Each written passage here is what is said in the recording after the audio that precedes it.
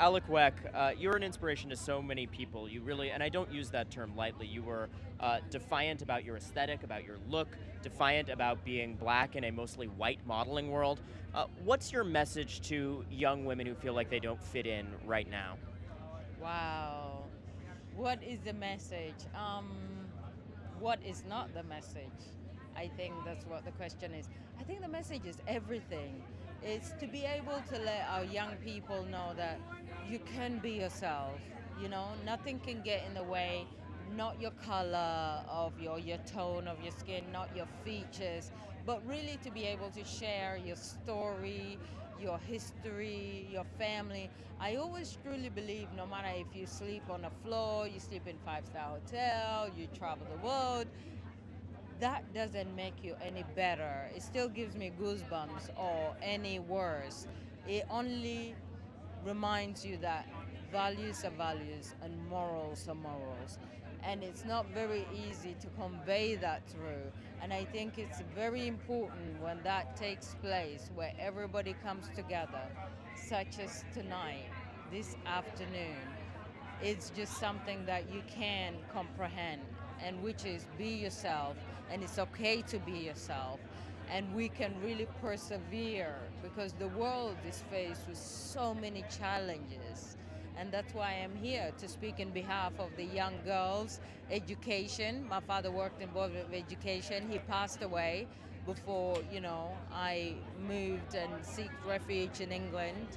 But it doesn't matter where you come from. It matters what you do with where you come from, which is family's family, values value.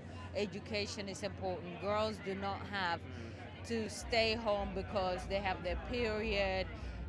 There's no sanitary.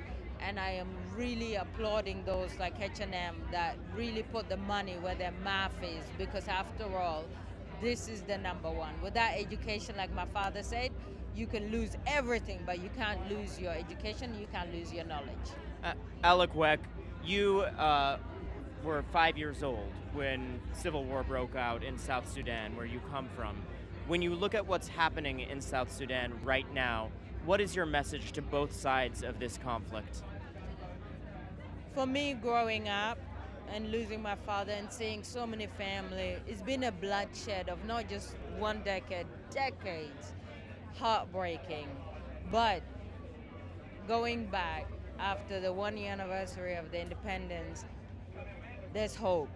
And to see the resilience in the people, not full of hate, not full of, you know, their deaths, they gave up nothing, but to see that hope, I think that's what we all can hold on to. And I am more than glad to join forces and really try and tackle, because without infrastructure, you can't have a long term, like the old saying, if you give a fisherman just a fish to eat for the day, that's nothing. But if you give them to fend for a lifetime, I think that's what their aim is. There is still so much turmoil in South Sudan. Our hearts are with the people there, and I know so many people at home are moved by your own story. Thank you for taking such a strong stance Thank on you this, and so thank you for much. your time. I appreciate Really it. appreciate it. Thank you.